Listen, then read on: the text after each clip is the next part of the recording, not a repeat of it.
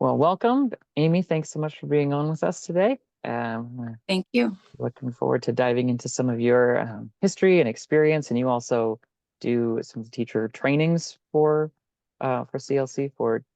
Do you do geometry and construction or AMP? Do you do AMPs, right? Or No, I'm GSC? Yeah, AMPs. Okay, that's what I thought. So yeah, that'll be really cool. But to kick things off, can you just maybe start by giving us a little bit of a window into your teaching background in general, for a bit of context on, yeah, just sort of your experience in teaching? um this is my 28th year, I think. So just Uh, just a little bit of time. yeah, just a little. Um, I taught middle school for 10 years, and I'm a math teacher. I'm not a CTE teacher. And then I went to Pomona. So that's my one and only high school experience, and I've been there however long, do the math. Yeah. Uh, and taught up to algebra 2, and I've taught lower level kids. Really, I would say probably the strugglers are where my heart lies. And so yeah, and so this is my third year teaching AMPed, and I've had Awesome. the same co-teacher the whole time. Great. Yeah, I'm Yeah. gonna ask you some questions about that too.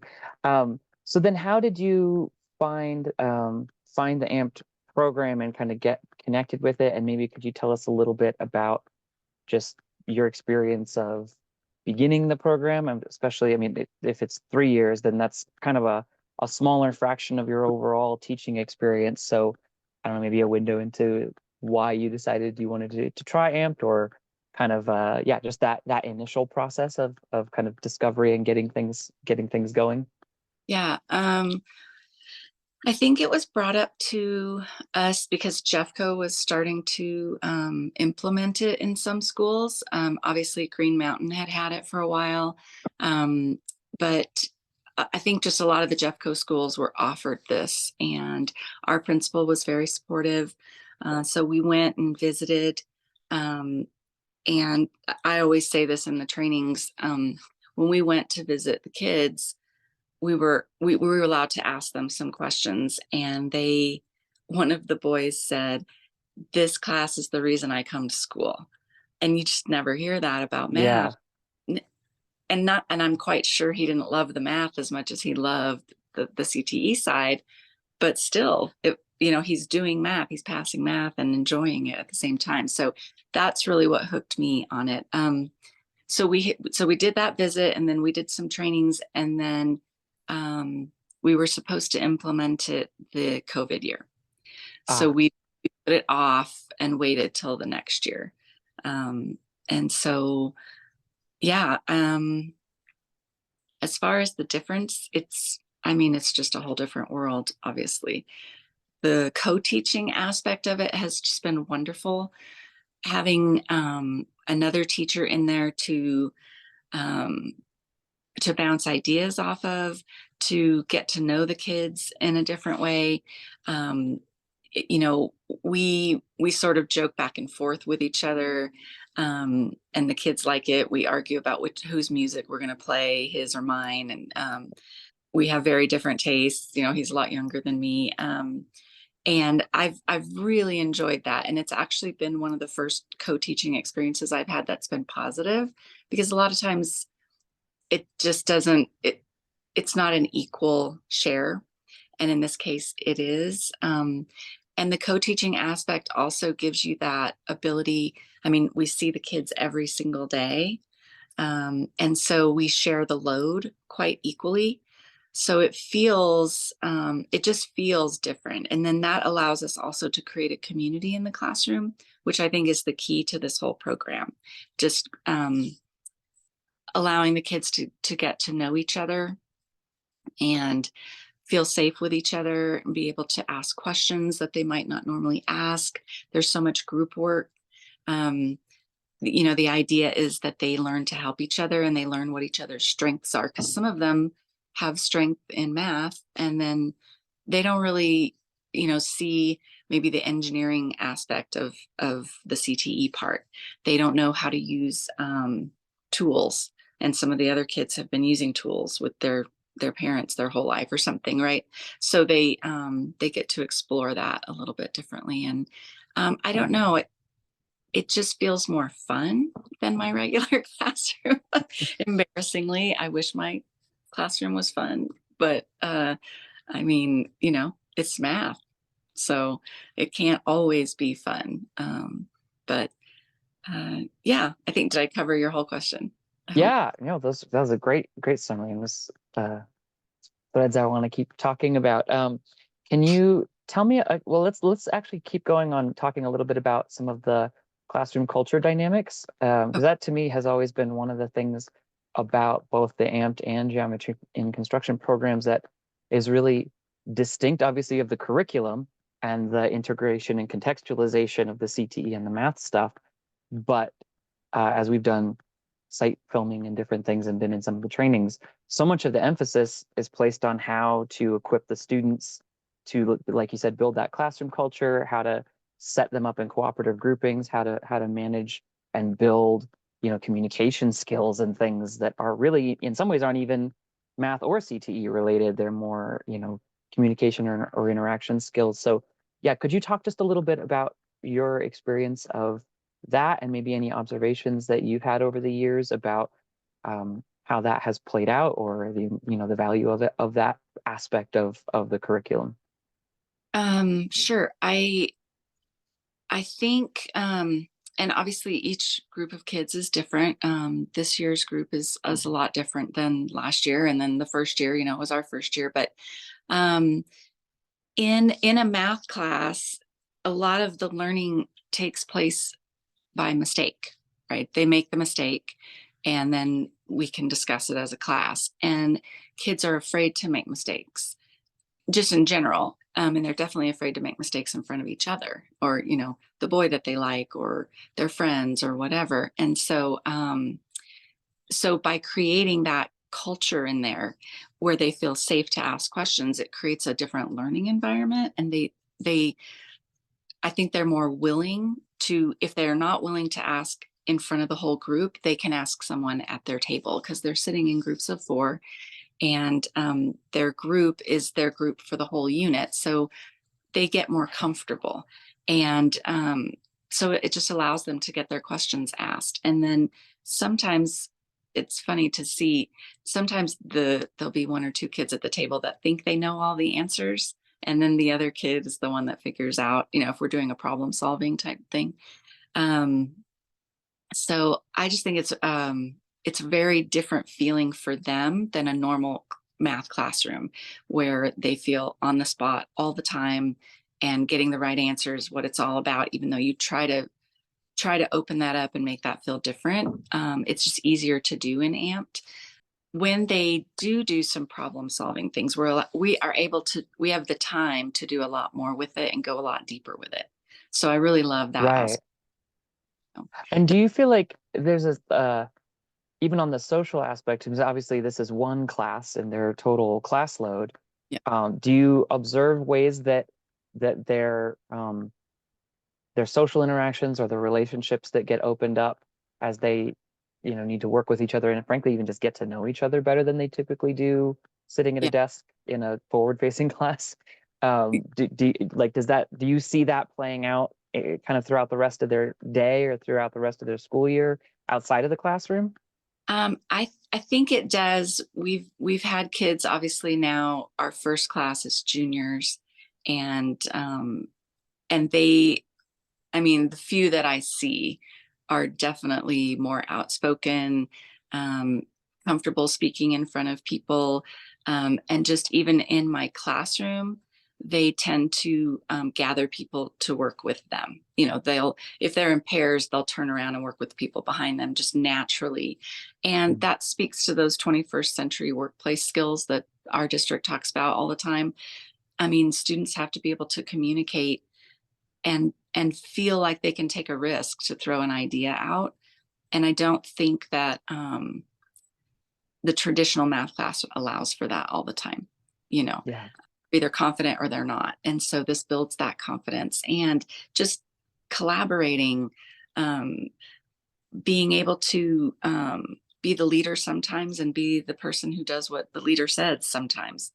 They definitely change roles. You know, I mean, you're going to have one or two kids in class that always want to be the boss, but often they do, and they learn that they can be that person. So I think that this program allows for a lot of different things are happening, not just the learning, but yeah, I mean, certainly AMPED is the freshman portion of this class, and they are freshmen, and I don't, I know we blame everything on COVID, but and I don't want to sound mean, but their social skills are really on the middle school level Mm.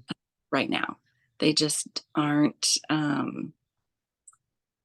they're just not as mature as they have been in the past. So I'm hoping this second semester will really make a big difference, because we've already seen a difference since the beginning. Um, but um, but yeah, there's a lot going on in there. Yeah, for sure. It's a tough year for everyone anyway, so certainly add Yeah. some of those extra challenges in.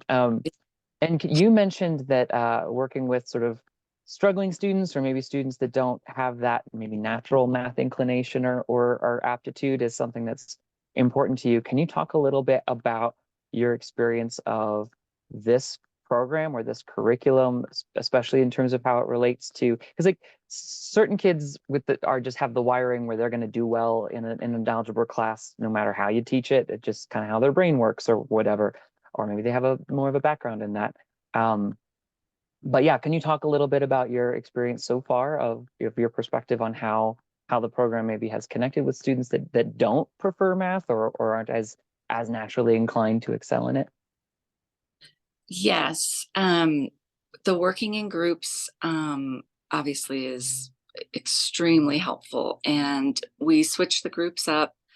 And I tend to use the groups loosely. Sometimes I do have them do things in partners and stuff. This year, my focus has really been on differentiation, because for some reason this year I have, probably almost a third of my class is really, really struggle. And so I just really have tried to, I really want to keep the kids that are understanding moving forward and being challenged. But I also want the lower kids not to feel, like they're being left behind, right? Obviously, a definition of differentiation. So that's really what I've been focusing on. And I think that the curriculum allows for a lot of that. There's a lot of personal choice in it, I think. I mean, um, the program gives us wonderful activities, and there are things that I feel are must do's. Like each student must do this. It's a huge part of it, and actually that's most of the curriculum. But um, on those sort of just learning days where they're, learning a skill or they're being introduced to something, um, it I have a lot of say in what I do, and so it allows for that quite a bit. And sometimes um, I will put the lower students together so that my co-teacher and I can focus on those tables that day, because we know that other kids will be able to work through it. Yeah, there's a lot of flexibility and a lot of freedom in that.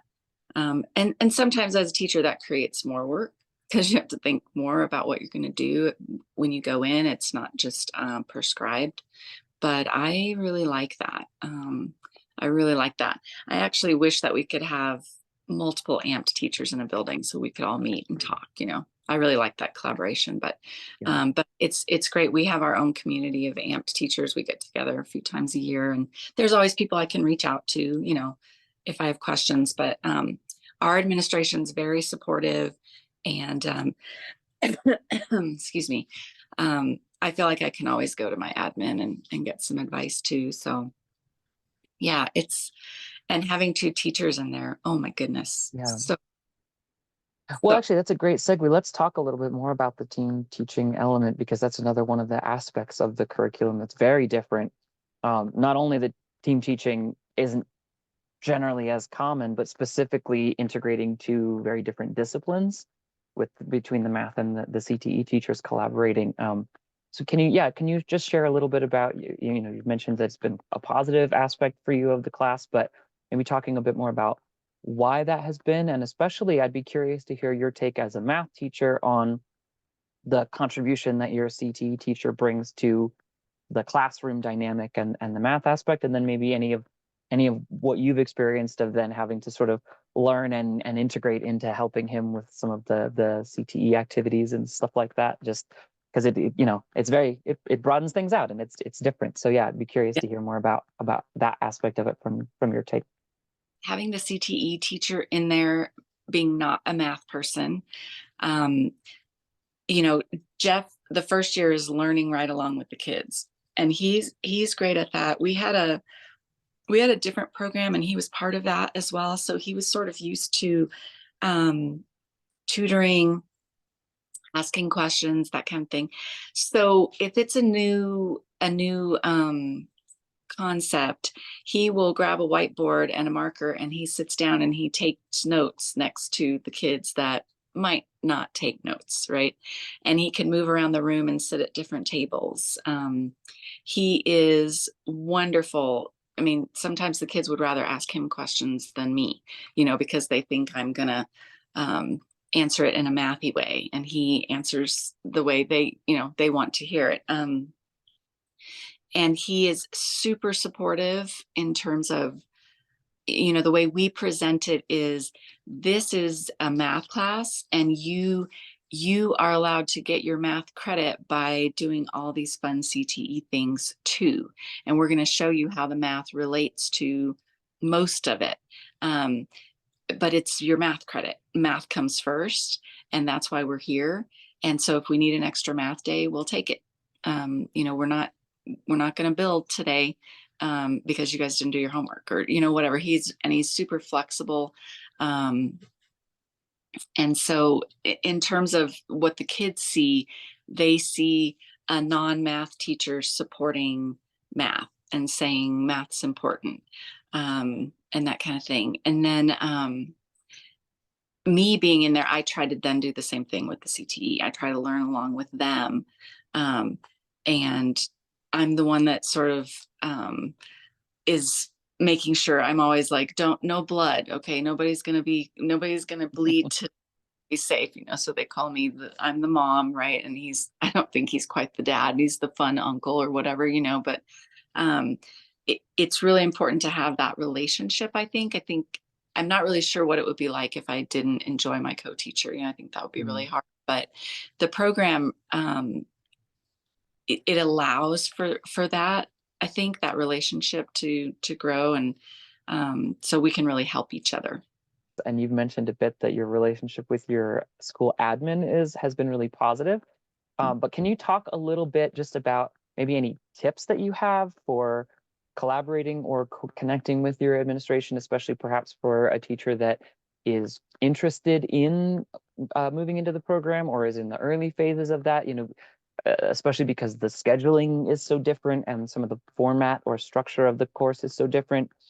Yeah. There's always just logistics to sort out or challenges to sort out. So yeah, any thoughts that you have to share about just ways of working with either your school admin or other colleagues to kind of help things go as well as possible? Sure. We invite our admin into our classroom all the time. Obviously, we invite them when we're doing something really cool and fun. We just invite them to come in, and we actually do also invite counselors, social work, anyone that we think will have an outreach to parents and students. And obviously anyone is welcome. Other teachers sometimes just come down and see what's going on. We have also been really lucky that our administrators were supportive from the get-go. And we also had a grant from our district to get some supplies. And so I know that's hard for some people thinking about starting up, but you don't really you don't have to do the woodworking part, right? I mean, there are other things you can do with the CTE piece. Obviously that's fun, but there's plenty out there that's free, or you can buy stuff for $5, that kind of thing. So you don't have to have a ton of money. But yes, our administrators, in terms of the scheduling, we have had less than 40 students all 3 years. that's tough for them to justify. I know in our schools getting smaller. So we've built it every year. It's been bigger, and this year we're closer to 40 students. But I think if the administrators are supportive and they can see what the program offers, and they can see that, you know, taking the 20 students per teacher idea and maybe putting it aside just for a few years, so that you can build that program. If they can see the value in that, then I think you're golden, right? But you do have to talk about, I mean, a lot of administrators will think that, oh, it's 2 teachers in a room.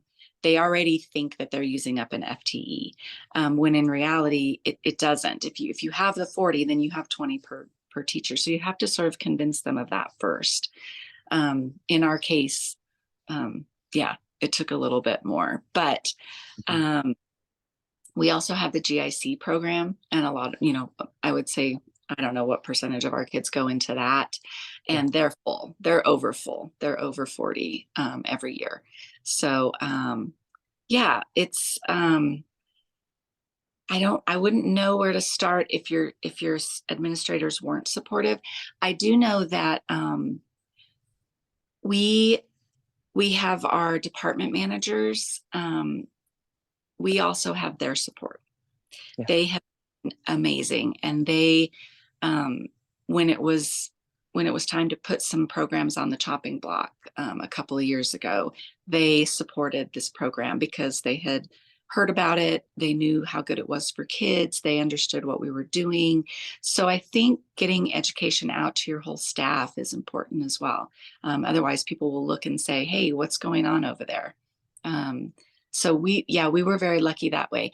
And the other thing, we decided to do t-shirts for our business, and we reached out immediately to all the staff. We have quite a few coaches, a lot of people running different programs, and so they have all used our services and love seeing the kids be involved and love seeing the kids be salespeople and reach out to them, and you know, they're project managers and things like that. And they just love that. So anything that helps the kids build that confidence, I think most teachers would support, and administrators as well. Yeah. No, that's great, I think. And just like you said, thinking about how you kind of advocate for the outcomes, because the outcomes really do justify some of the aspects that are different, but you got to think about how you talk about that and give people windows into experiencing it. So that makes a lot of sense.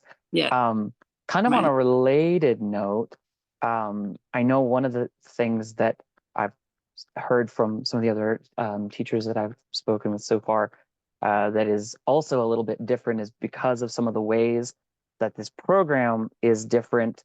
The parents and families and kind of local community tends to tune into it a little bit more, or in some different ways, or hear about it or be curious about it. Can you talk a little bit about any experience you've had about kind of connecting with the community outside the school, or families of students, and if that's been something that you've had some experience of, or has stood out to you at all?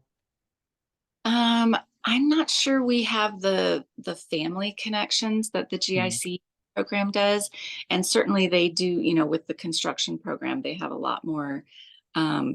With community, they have a lot more community connections. But we do take our kids on field trips, and one of them is to a local snowboard company, Cool. and so we also have. We have connections in terms of getting business from outside our building. Yeah. Um, so there are groups in the community.